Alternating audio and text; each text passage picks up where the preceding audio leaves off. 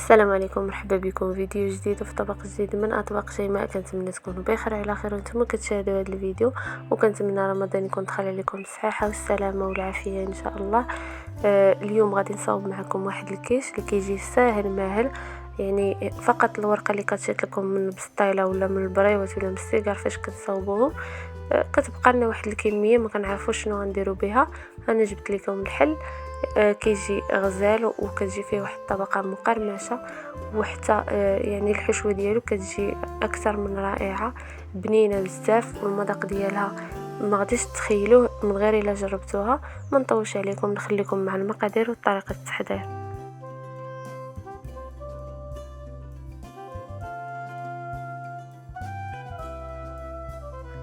في المقيله غادي ناخذ شويه ديال البصله.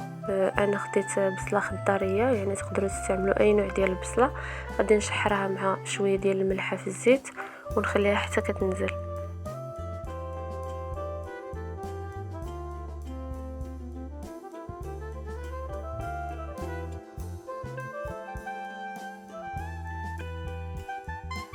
هنايا غادي نحك واحد الطريس ديال الثومه، حيت غادي ندير الدجاج باش كيحيد ديك الزفره ديال الدجاج وكيجي بنين.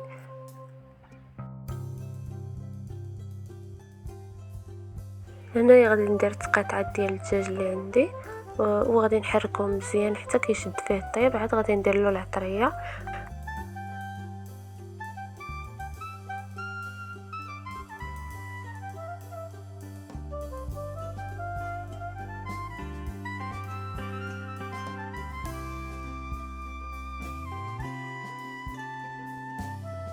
ملي كيولي اللون ديال الدجاج بحال هكا غادي نضيف عليه معلقه ديال الابزار ومعلقه ديال سكينجبير وغادي نحركهم مزيان.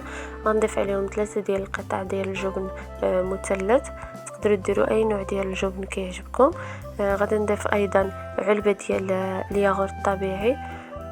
وبالنسبه للمعلقه ديال الموطارد اللي درت هنايا فراه اختياريه، تقدروا ديروها الا كان متوفر، ولا ما كان شي راه ماشي مشكل. غادي نستمر في التحريك حتى كينشف شويه داك الخليط، وغادي ندير عليه شويه ديال الزعتر. حتى الزعتر راه اختياري، فغير باش يطلق ديك النكهه زوينه ديالو وصافي.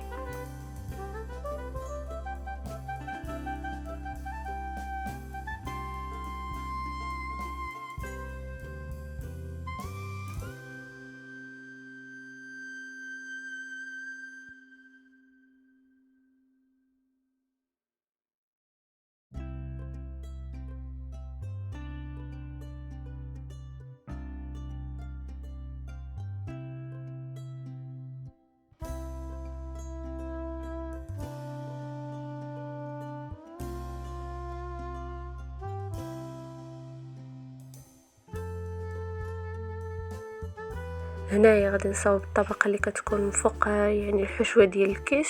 غادي ندير فيها 2 بيضات، نص كاس ديال الحليب، شويه ديال الابزار والملحه، وغادي نخلطهم مزيان مزيان حتى كينسجموا المكونات.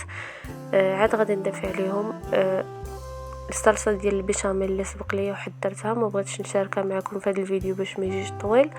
غادي نخلي لكم لتحت الفيديو اللي سبق لي وحطيتها فيه، يعني الطريقه ديالي في صلصه البيشاميل. غادي نضيف عليهم ايضا ملعقه ديال الفورس اولا الدقيق الابيض، وغادي نخلطهم مزيان.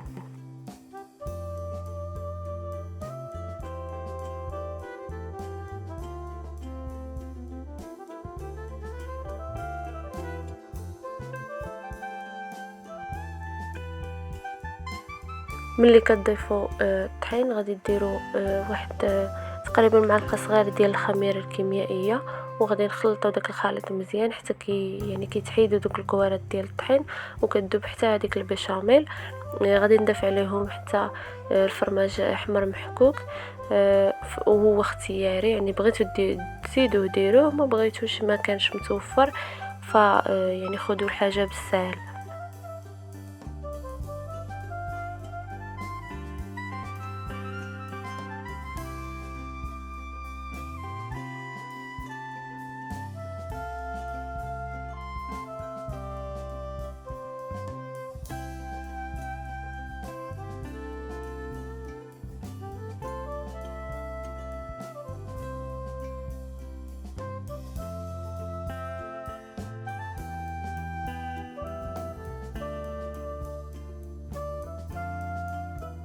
هنايا كما شفتوا خديت المول دهنته بشويه ديال الزيت.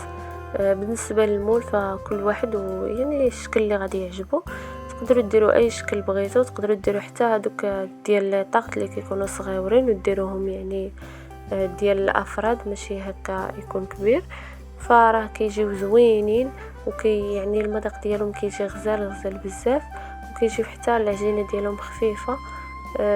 يعني ما كاينش شي فرق بزاف بينها وبين الا كنتو غديروا ديك لاباط ديال الكيش.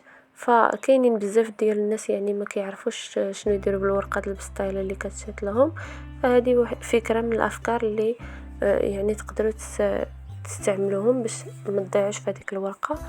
وحتى واخا كتكون مقطعه ولا شي حاجه فراه ما كتبانش يعني هكا كتستعملوها، ما كاين حتى شي مشكل.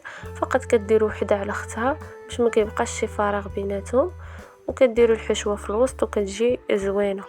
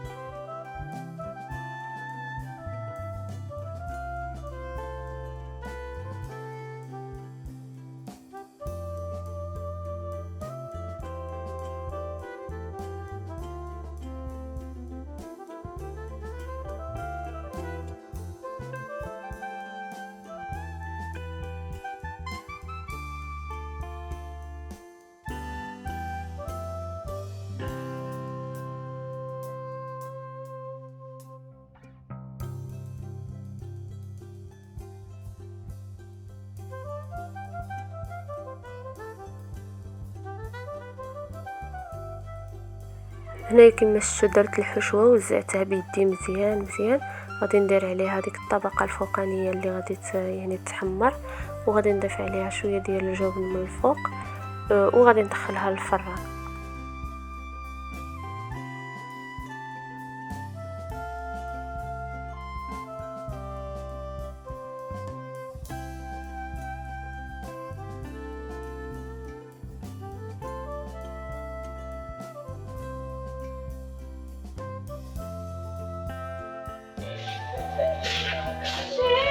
تعصبي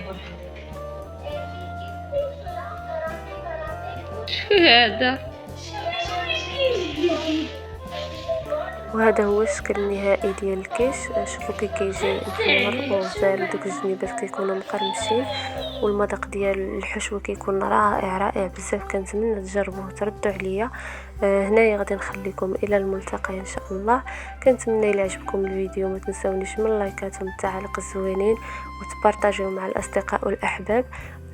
واللي مازال ما اشترك يشترك بالضغط على زر الاشتراك ويفعل الجرس باش يتوصل بكل جديد.